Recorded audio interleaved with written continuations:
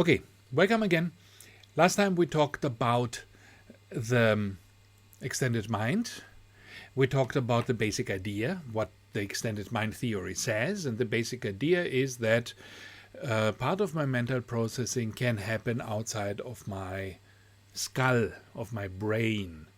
So, for example, Otto, who is forgetful, has this little notebook where he takes notes about what is happening to him, and then something like this, I can imagine, right? And then every time when something he needs some information in his life, he opens the notebook and looks into it, and then decides how to act. And he would do this all day, right? When somebody asks him his name, when somebody asks him where his home address is, he would always use this notebook. And this, Clark and Chalmers say, makes the notebook part of Otto's mind. Now, in this way, I might say, okay, let's say I have a piece of paper and a pen, and now with these two things, I can also write down notes that I can make part of my mind.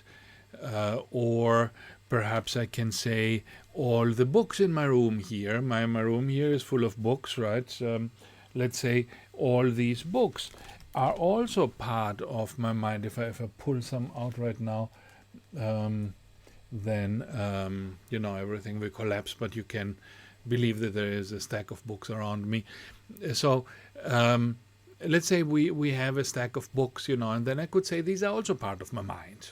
Right, and so my mind extends into the library, the library of my university. I want to know something, I can always go to the library and look it up. But then it doesn't seem to be right to say this.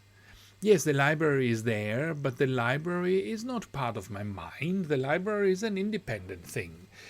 And if the university decides to renovate the library, and close it for 6 months, then they're not closing my mind down, and they are not renovating my mind, they are renovating the library. So we seem to accept that the library is different from me, while Otto's notebook seems to more plausibly be part of his mind. And then the question is, why is that? So what is the difference between the library and Otto's notebook? And so now Clark and Chalmers would say, and they do say, that one thing is portability. The mind must be portable.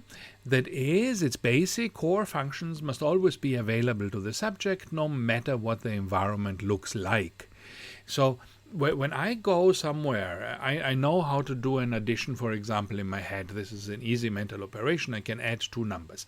Now, when I go home, I can add two numbers. When I go to the beach, I can add two numbers. When I go walking in a forest, I can still add two numbers. I don't need any environmental supports that are only available at one particular place. But the same is not true of the library. The library is only available where the library is. So when I leave the university and I go to the beach, then I don't have the library. The library is not portable. The library is fixed at one particular spot geographically, and I can move, but I cannot take the library with me. And this is why the library should perhaps not count as part of my mind, because it's not portable. So I would count as mind only those functions of myself or my extended self, that are portable. And this doesn't mean that they have to be inside my skull. So, for example, Otto's notebook is portable. Otto always has his notebook. And I have a notebook like that with my appointments. This is my calendar, and it's always with me. Wherever I go, this thing is always in my pocket. Or you can say your iPhone, your phone, is always in your pocket, right? Wherever you go, your phone is there. So these things are more plausibly part of my mind than the university library, right? So easily decoupled systems would not count as mind. Now you could say, okay, somebody could steal my phone. then I don't have my phone. So it's also easily decoupled. Somebody could steal my notebook. Yes, this is true. Somebody could steal Otto's notebook. But then also your brain can be damaged, right? Somebody can beat you on the head and then you forget something.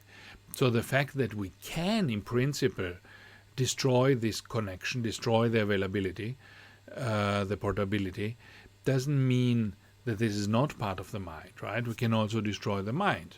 People can also have a stroke, and this destroys the brain. I would not say that the possibility that the brain is destroyed means that the brain is not properly part of the machinery of the mind, right? So the portability is one criterion. The other is the reliability. Reliability means that our cognitive resources should be reliably available. For example, Otto's notebook is always there when he needs it. My notebook is always there when I need it. My phone is a little less there when I need it because sometimes it's out of battery and then it refuses to be, my phone. Then it's just a brick until I recharge it. So the phone is not reliably available in exactly the same way as my notebook. My notebook is more reliable. The library is even less reliable, perhaps, because it closes every evening. So if I need it in the middle of the night, it's not there. So this is another criterion. So my mind should be reliably available. Therefore, the library would not count as mind because it's not reliably available. If I can easily lose access to a calculator, for example, then the calculator should not be considered part of my mind. But then what if the calculator was built into my brain and was always available? Then things would change, right? A calculator that is built into my brain and available from the inside would be reliable and it would be portable. And perhaps then I could count this more as part of my mind than the library. So when we think about this claim of the extended mind, the idea that parts of our environment form also parts of our mind, or that our mind extends into the environment, and we look at all these examples Clark and Chalmers have in their paper, we end up with actually 7 different versions, at least, of this claim. There other people have identified 10 or more, but 7 are obvious in the original 98 paper, which we have read. The first is causal coupling and cognitive equivalence.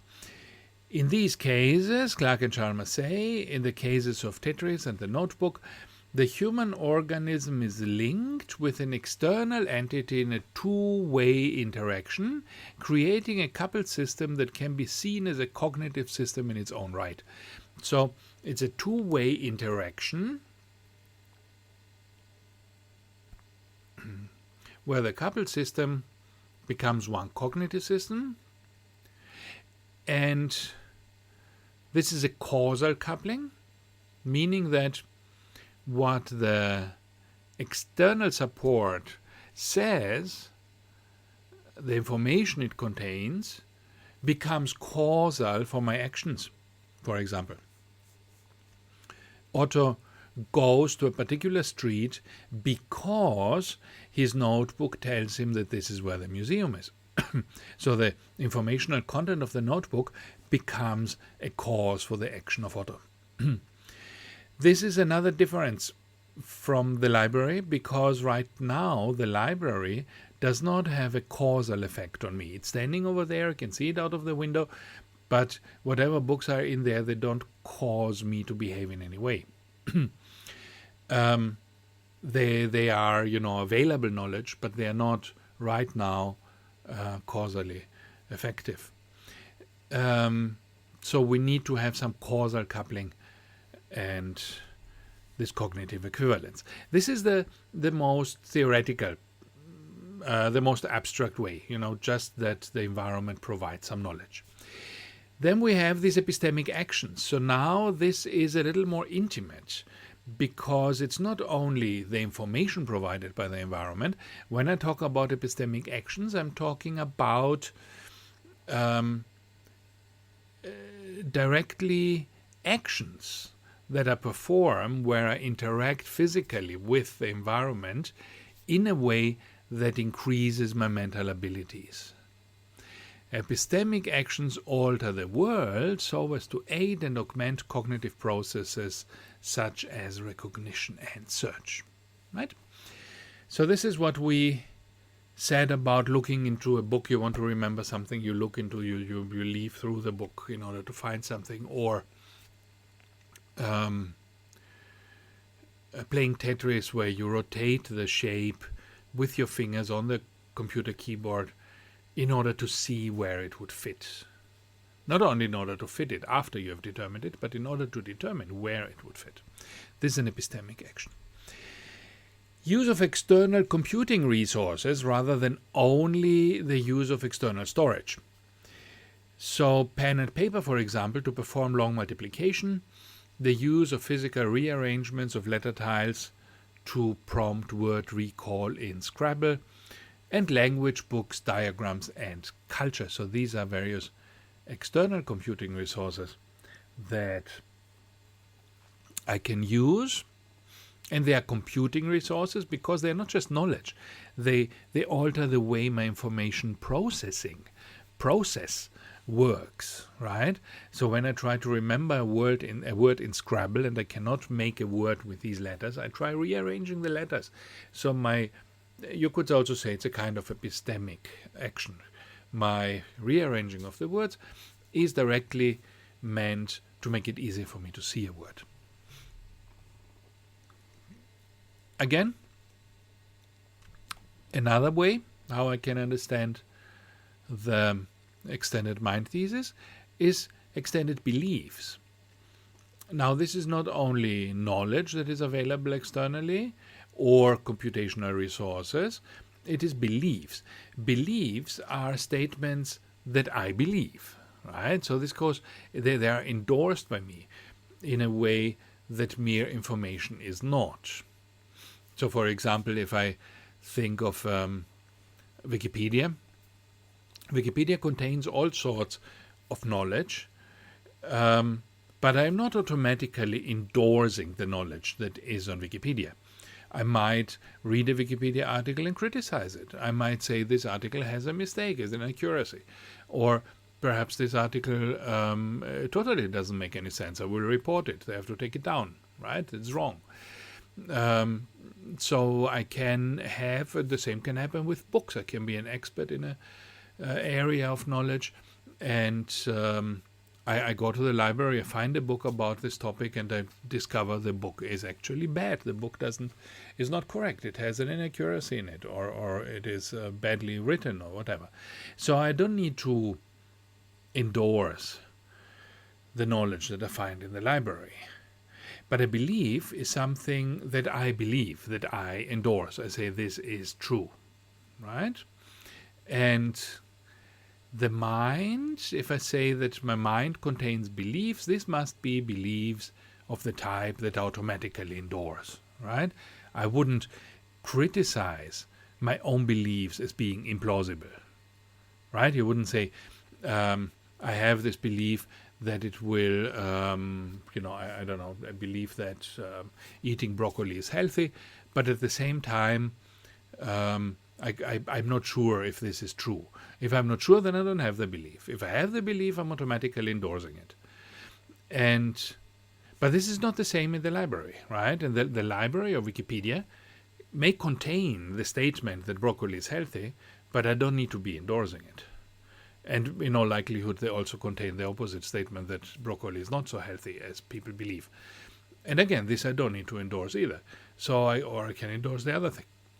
So therefore, my beliefs, normally I have to believe, while statements of fact that are made in Wikipedia or in the library, I don't have to believe.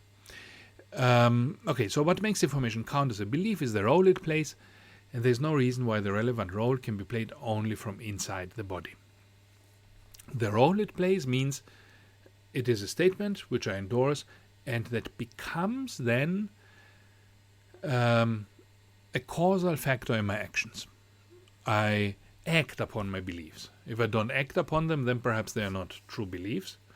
So perhaps I can say, if I believe that broccoli is healthy, and if I believe that I should be healthy, then I should be eating broccoli. It would be irrational not to do that, right? And so this is the role of belief in my behavior. It has the role of being causal in my behavior. And then I have extended desires, is another example, different desire. For example, the waiter in my favorite restaurants might act as a repository of my beliefs about my favorite meals, and this might be an extended desire. So imagine you always go to a restaurant, and you know that in this restaurant the only thing you like is the steak, and everything that is not steak in this restaurant is totally inedible or not good enough or boring, various possibilities there. But anyway, you like only the steak, so you go to this restaurant only for the steak. And now there is a waiter, and you always have the same waiter, because he is always there, and the waiter by now knows you, and when you come in, he brings you your steak. And he doesn't even ask you, right? He has tried the first 10 times to ask you what you want, and you always said, I want only the steak because this is the only good thing here. So instead of hearing this again, the waiter now knows to bring you your steak. And every time he brings you your steak automatically, you come, let's say, twice a week, every Tuesday and Friday, for some reason having to do with your job, you go in there and eat your steak. And by now this has become a routine. So the waiter knows this, and he always brings you the steak without asking. Of course you will eat the steak, and you always eat it without complaining. So now you could say that the waiter has become a repository for your belief, and that even this might be an extended desire. Your desire for the steak has been extended into the waiter. The waiter is the carrier of your desire for a steak. And when you sit down, the waiter has your desire. He is aware of your desire for a steak, and he brings you a steak, right? An extended desire. And this is already an example of an extended mental state. More explicitly, here Clark and Chalmers think about or mention extended mental states. Could my mental states be partly constituted by the states of other thinkers? In an unusually interdependent couple, it is entirely possible that one's partner's beliefs will play the same sort of role for the other as the notebook plays for Otto. So I could extend, my desires into other people, like with the waiter. I can also extend my beliefs into other people. For example, let's say my wife makes a dentist appointment for me, and she remembers the appointment. She told me about it, but I forgot it, and now I want to know when is my dentist's appointment. And what I do is to ask my wife, when is my dentist's appointment? And she will say it's tomorrow at 10 o'clock. And this then is my belief that it's tomorrow at 10 o'clock. So I'm not going to check it. I'm not going to question what my wife says, because she is the repository for my beliefs about the dentist appointments.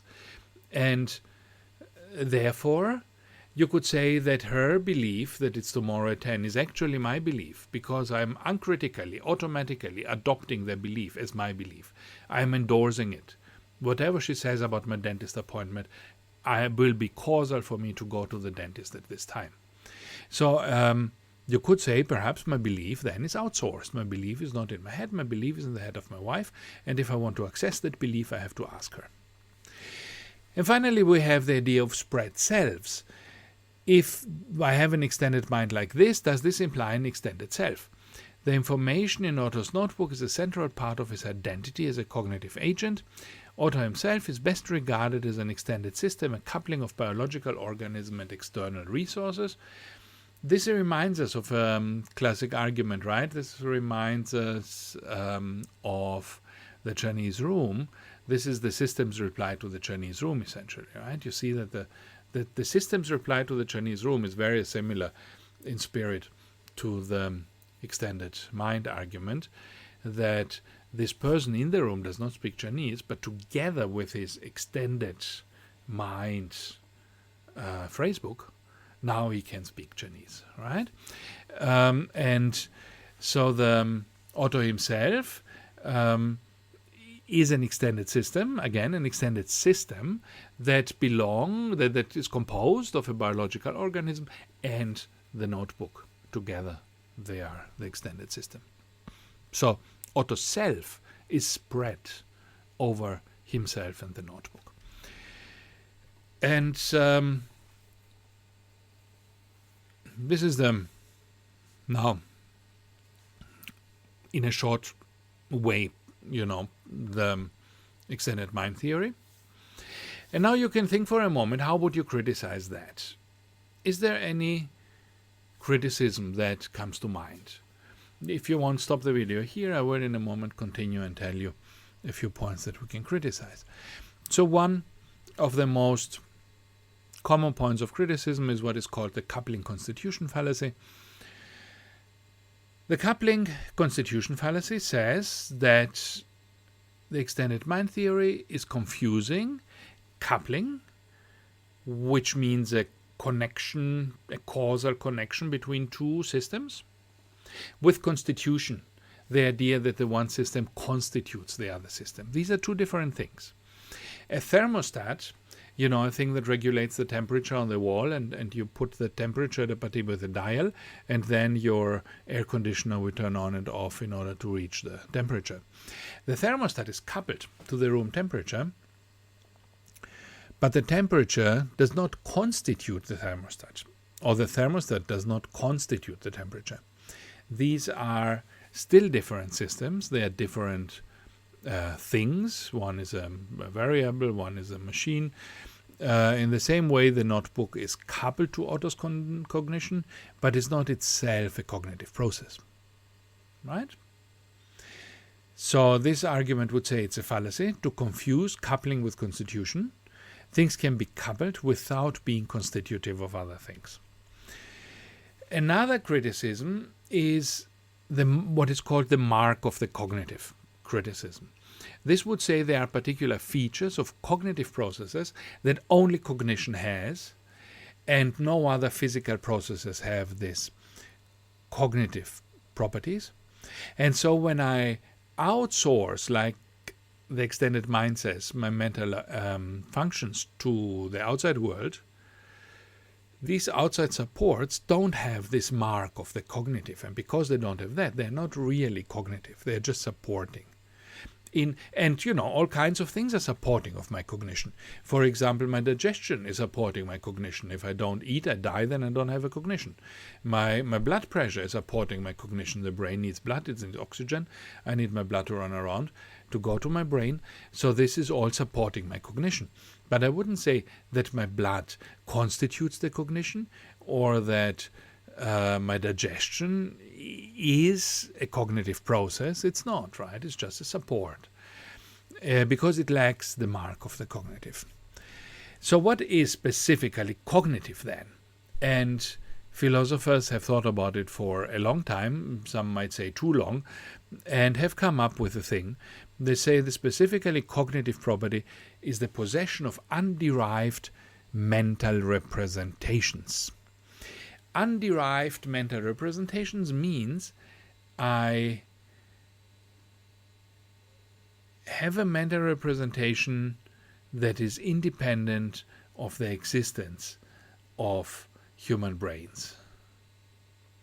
So, for example, let's say you have a coconut tree. No, let's take an easy example. You have a photograph. You look at the photograph and you say, what I see on this photograph is my wife. Now, who gives the meaning to this photograph that this is your wife? This is your brain.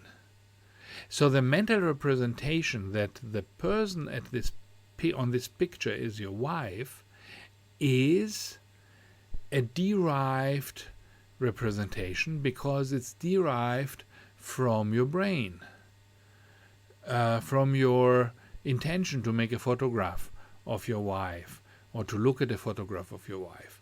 And the fact that this represents your wife is something that your brain creates.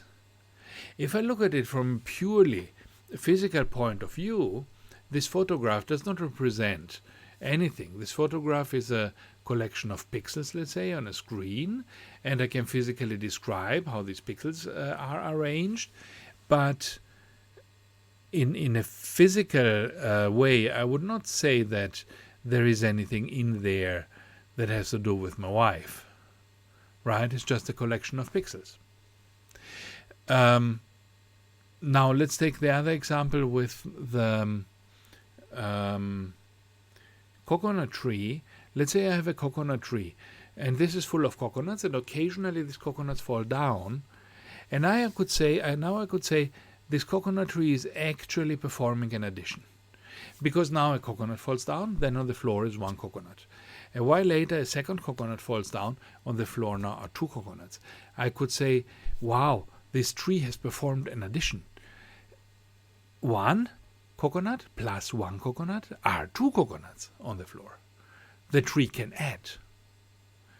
Is this true? Has the tree performed an addition? No, because the tree has dropped one coconut and it has dropped another coconut, and now on the floor are two coconuts.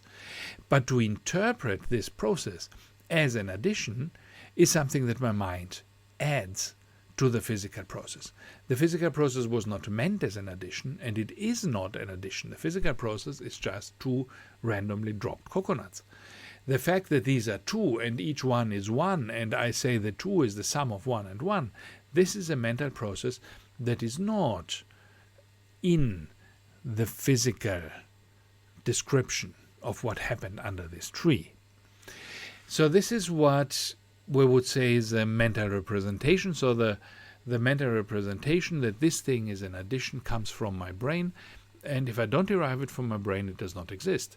In reality, we don't have an addition, we have only coconuts falling from a tree. And finally, I can criticize the idea of the cognitive equivalence. The idea of Clark and Chalmers is that if a system acts as if it was a cognitive system, then it is one. And this is a functionalist position which we can criticize in various ways, like we criticize other functionalist positions. For example, the Chinese brain is a criticism of functionalism, right? If a neuron acts as if it was a neuron, or if a person acts as if they were a neuron, then they are a neuron, or they are functionally equivalent to a neuron. And then you can criticize this by asking, okay, where is then the location of cognition, or the location of consciousness in the Chinese brain, right? So these are various ways how I can criticize the idea of an extended mind. Okay, let's stop here. Next thing we talk about the hybrid agent.